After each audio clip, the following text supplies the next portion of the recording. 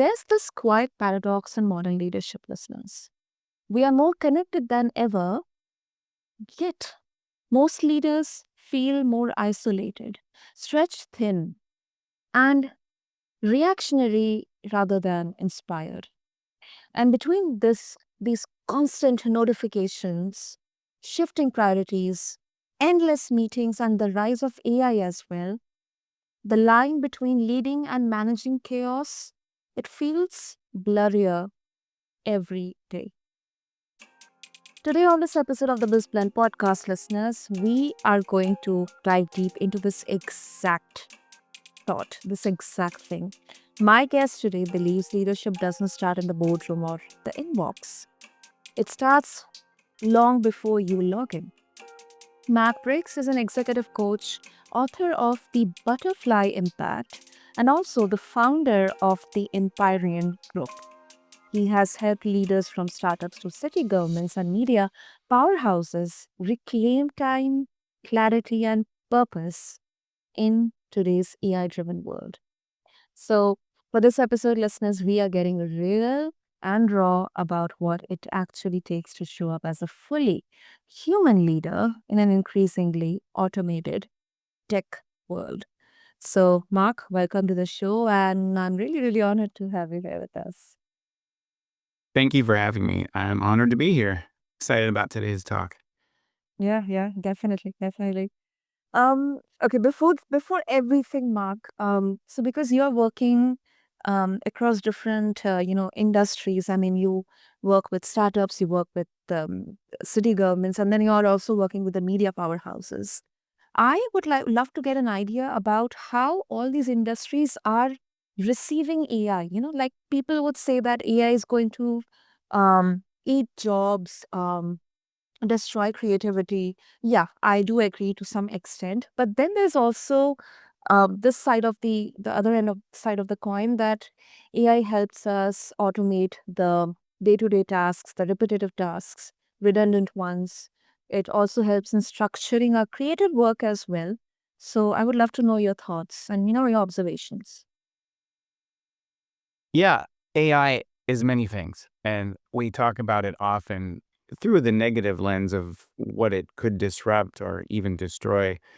But honestly, what I try to help my clients with is the mindset around this technology, not necessarily the tools or what the dystopian future that you read about in so many headlines might portend. So when we start with our mindset, it's really a matter of opening up to innovation and to really this era that we've never seen before. This tool, this technology is incredible. And for people who haven't really connected to it, the first Mm-hmm. step in the process is really just to open your mind to finding something incredible that you can do with the technology in your life, because it can do so many different things. If you haven't had that moment of, oh my gosh, then you really haven't taken the time to experiment with the technology and really connect with what the potential actually is. I agree with you, Matt. I agree with you. And also, right now, I mean, I'm not sure if you would agree with me or not, but I feel that we are right now in that AI bubble. I mean, we have seen the dot-com bubble. We have seen, um, you know, how computers, the internet and everything came. And every tool is trying to get integrated with AI, maybe to get more traction, to be more recognized or be more efficient, whatever could be the end goal. But how would you suggest, especially founders or those who are in media or, any industry, how to understand which tool is actually necessary and which is not?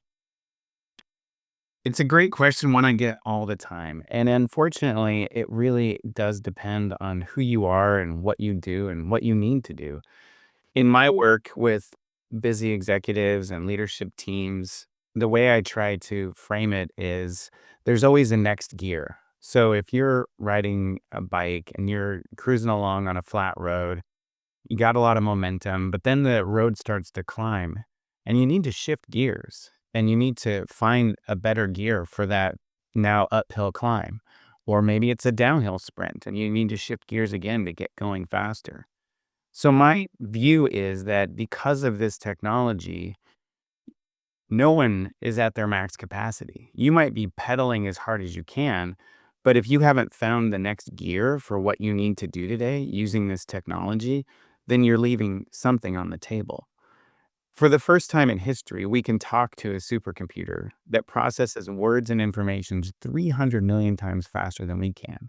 So if you deal with words and information and ideas, which most busy executives and leadership teams do, then you need to be leveraging these tools. And what I see is it really comes down to human potential.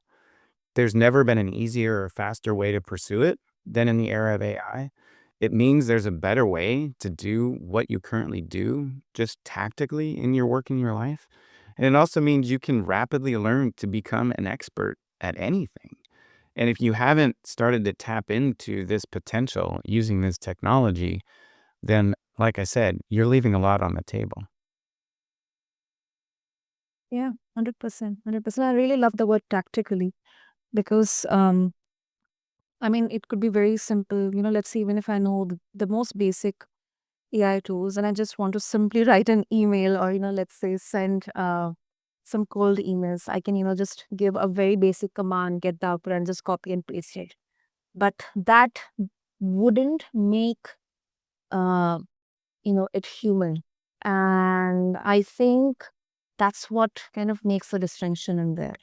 Like be it emails or messages or any creative write up also, like even scripts and everything.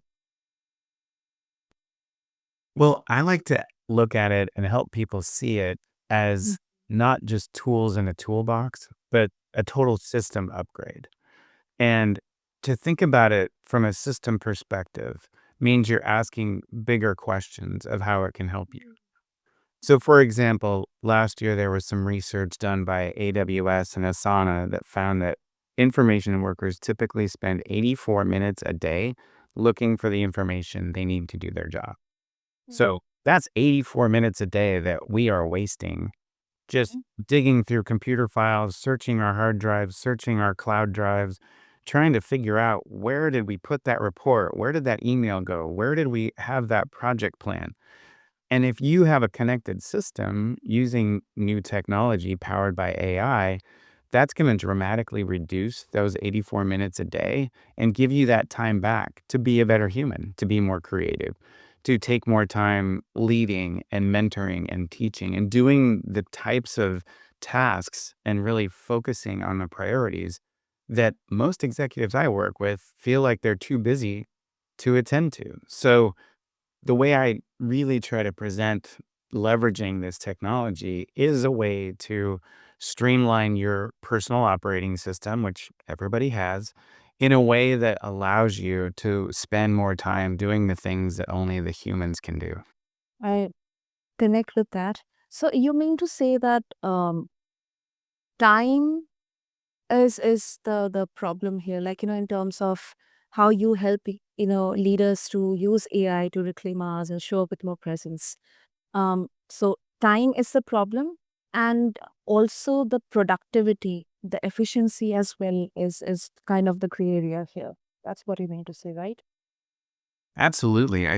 Work Mm. with, clients and colleagues and seemingly everybody that I talk to feels like they just don't have enough time to do the really important stuff that they want to do, whether it's strategic, whether it's creative, whether it's just the purpose and the why that they got into this job to do.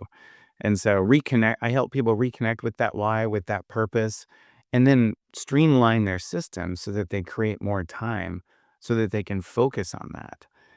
For example, everybody has a way that they take notes. Everybody has a way that they manage their tasks. Everybody has a way that they organize the information that they compile.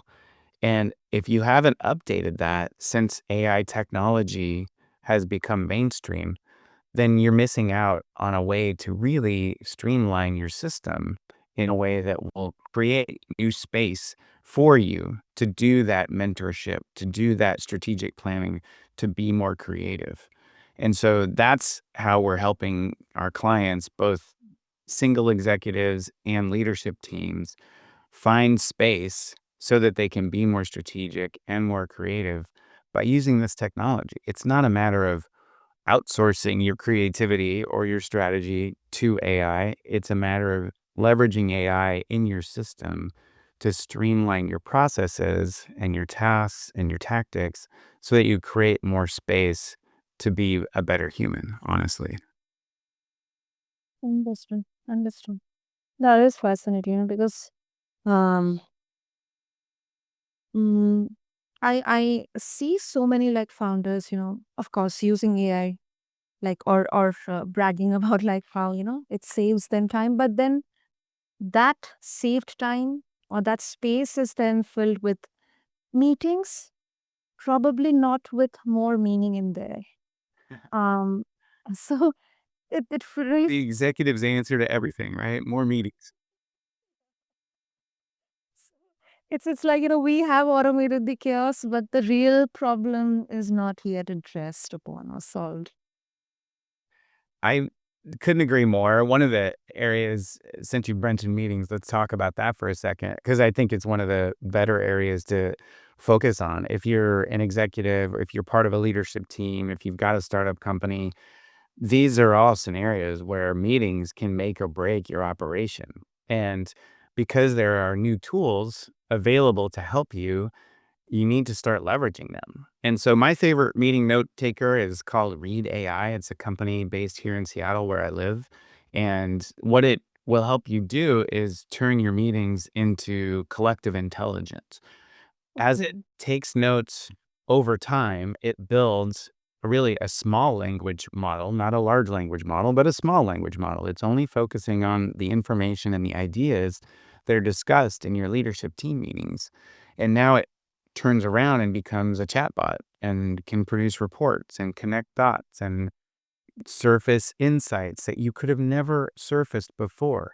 How many executives have you met that have a stack of notebooks on their shelf from all the meetings they've been to in the past year? And you can't access that information if it's in paper sitting on your shelf. But if you have AI in your meetings in a really sophisticated tool that can then capture that information and also organize it and allow you to access it in a way that you want, now you're surfacing opportunities and ideas and really making connections that were not possible before this technology existed. So that's definitely one of the first areas that I try to help, executives and teams with is just take what you're already doing. You're already having meetings. Why don't you add some AI into it and see what you can uncover, what you can unlock by leveraging the ideas and the intelligence, the judgment, the wisdom that the humans are creating, but get AI to help you make those connections and surface those insights that you weren't otherwise exposed to. Mm, makes sense. Makes sense. And also, moving on, you have said great leadership starts long before we walk into the office. I mean, that makes so much sense. But in a culture that rewards, constant output, um, how can leaders justify, putting things like walk the dog or date night on their calendars? I really love that. I'm really excited. Like, what's your thought? You really need motivation to change behavior. We all know that. If you're trying to eat better, exercise more, meditate, journal, whatever it might be, you need that motivation to really help change the behavior that you want. So when you're thinking about, for example, redesigning your morning routine, the outcome of that needs to be more than just saving a little bit of time or waiting another hour before you get into your emails. And it has to be something that motivates you. So, what you mentioned about date night is interesting because it really surfaced organically in my work with some of my clients. And it became this KPI for whether they really had their stuff together or not. If you have your stuff together and you're checking off your to-do lists and you're managing your team and you're moving things forward, you get to have date night with your partner on Friday or Saturday. And if you're overwhelmed and you're stressed and you're just not in a good space, then that's going to be much more difficult. So having an actual goal that feels motivating to you will help you change the behavior and just insert some experimentation with these tools. In workshops that I do, I always end with a recommendation and really a challenge to people to spend 5 minutes a day with five different tools. And in 1 week, you're going to have more experience using AI than you have previously. And where you go from there is totally determined by what you're trying to accomplish. Where do you feel like your biggest area of opportunity is or your biggest problem to solve is? But it's just getting going and having a goal of something like getting to work out more, trying that journaling habit, getting back to art or painting or having a date night. That's the outcome of this. So I want people to think about trying to use some new AI tools or some new ways to use these AI tools as a result that will be part of what they think and feel is like a better version of their life this week or this month or whatever the case might. Mhm. You got it. Yeah, yeah. But for any when it comes to, let's bring the take the scale to, let's say, a founder or an entrepreneur, or let's say any business owner, that they're trying to build something which demands that kind of um, dedication and investment in terms of time, focus, sometimes, quote unquote, sacrifices. Um, Fine. AI would be like helping them a lot, but at the same time, accommodating activities which are, very much personally important to them, that focuses or contributes in building that character, building that leadership within them, they may feel like that this is something like an indulgence for me. It's a luxury for me. I cannot afford to do this. They'll be having that guilt feeling. So, have you encountered such conversations while implementing this approach with the founders or maybe clients you have worked with? Not exactly. I feel I experience more often quite the opposite, which is a clear vision for an area of someone's life where they want to get better at. So maybe you want to be a better communicator. Maybe you want to be a better leader. Maybe you want to be a better teammate or colleague or a better partner in your life. Once you have that focus of what that next gear is that you want to shift into, then you can quickly use AI to become an expert at learning that. So, one of the best methods or applications of these tools is learning. And in order to really feel the power of it, you have to have a specific learning goal.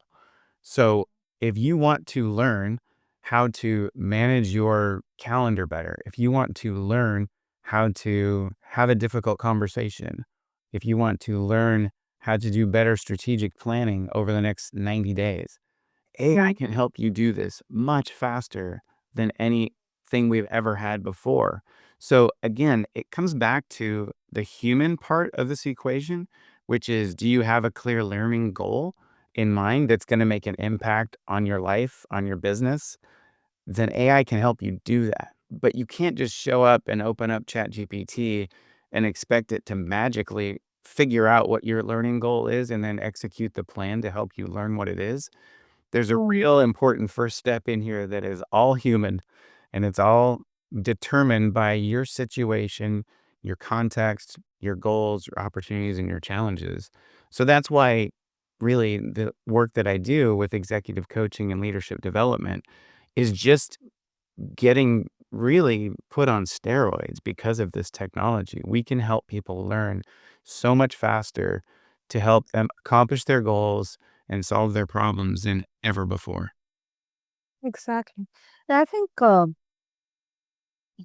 one of the good, which personally I am also using, like right now we have different models, especially when it comes to ChatGPT. in GPT-5. I mean, you can kind of give it a company persona or maybe your own persona in there, which Mhm. will kind of, guide its algorithm to deliver on the lines aligned with what, as a human, you like to think or like to behave, what expectations you have. So I think there are a lot of advancements in there, but at the same time, how to incorporate those advancements tactically, as you mentioned initially, I think that is something that will differ from human to human. That's where that human aspect comes into the picture. Absolutely. Yeah, what you're referring to is now being called source grounding. And that's the concept that you build out a version of an AI tool with a lot of your organizational content or your personal content so that when you are leveraging it in chat or in conversation or having it help you create or review documents or whatever it is you need to do, it's already grounded in the source material that you want it to be based upon. So I have 6 versions of a custom GPT, one for marketing, one for AI system enhancement, and so on and so forth. I also have 4 human assistants and partners that work with me in my company. So I always offer that because while I love my custom GPTs, they are no replacement for the humans that are helping me build and run my company.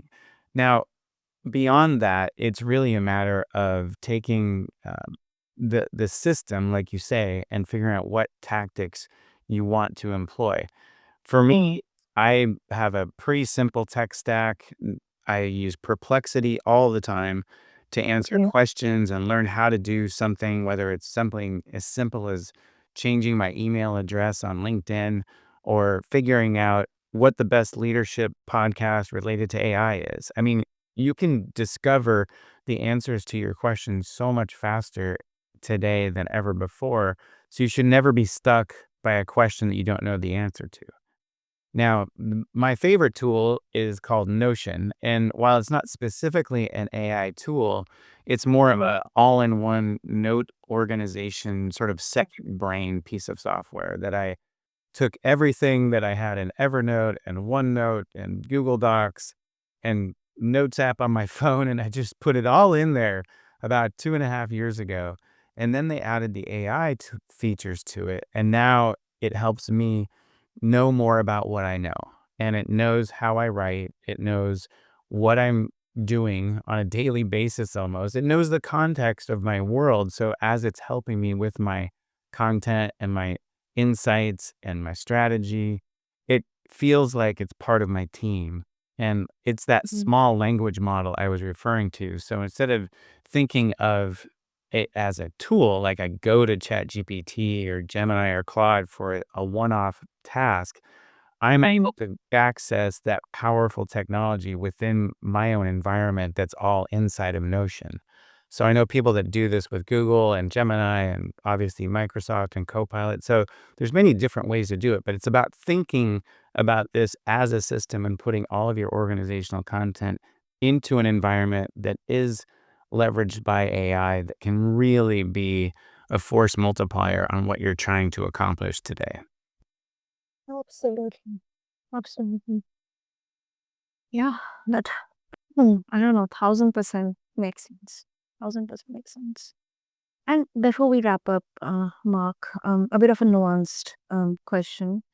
Um, some people here would argue that focusing too much on purpose and presence, it distracts from this, hard business um, results. How would you respond to leaders who say that we don't need mindfulness and all that stuff? We need momentum. I would say that mindfulness creates the momentum that you need. And I really strongly believe that it is the clarity that teams and executives really struggle with and is the biggest unlock into velocity. So, one of my favorite concepts is the difference between speed and velocity. And one of the client teams that I work with is a very fast growing cybersecurity startup. and they were moving very fast when we started working together, but they didn't have velocity. And so by taking the time to create better processes, to create more clarity and visibility across the organization, what were the priorities? Where are we to in relation to those goals? Where is the information? How do we set up for the next sales call? All of these really tactical efforts are helped by clarity. And so now they feel like they have velocity instead of just speed. Because speed is addicting because it makes you feel like you're really working hard and working well because you're checking things off your list. But if you're just being busy and you're not being efficient and effective, then you're not really achieving the maximum potential of the velocity that you could be with your team. And I don't think that's possible without stepping back and taking stock of your purpose, of your big goals, of really the why you're doing this. And so I've seen it time and again where if you just keep trying to put the pedal to the metal and go faster and faster, it's just a recipe for burnout and really wasted energy. So yeah, I would always encourage folks to take a step back, use a wide angle lens, try to figure out where are we being held back, what's blocking us from achieving what we really want to achieve, and why we get up in the morning and do this. That's such a brilliant way to put. It really, really like made me kind of feel regret to miss those physics classes. But that makes sense. That makes sense. Absolutely. Speed with direction. Yes. Yeah. Brilliant, brilliant, Mark. So before we wrap up, if listeners they would like to, I'm very sure they would like to connect with you. If they have something to share after this conversation with you, and they would also like to connect with you, what would be the best way to do that? You can find me on LinkedIn under Mark Briggs, and my website is markbriggs.org. Brilliant. So listeners, what I'll do is I'll put all the details in the show notes for you. So just refer to them along with this episode on whichever platform you listen to your podcast to. And before I close this conversation, listeners, I think what struck me the most in this is leadership at its core isn't about managing others. It is about mastering your own energy. And Mark reminds us that every small reset, every intentional, deliberate pause can create a ripple effect far beyond the metrics, the dashboards, and the reports. So, Mark, thank you so much for this such an energetic and very, very profound take and conversation on AI and leadership. Well, thanks for having me. I really enjoyed our conversation. Same here, Mark. And to all the listeners, I hope that you resonated with this. Leave your thoughts in the comments. Subscribe to BizBlend because that helps us keep the wheels running here at BizBlend. And thanks for tuning in. Until next time, this is your host, Sana. And this is BizBlend, where business meets the real stuff life's made of. Thank you.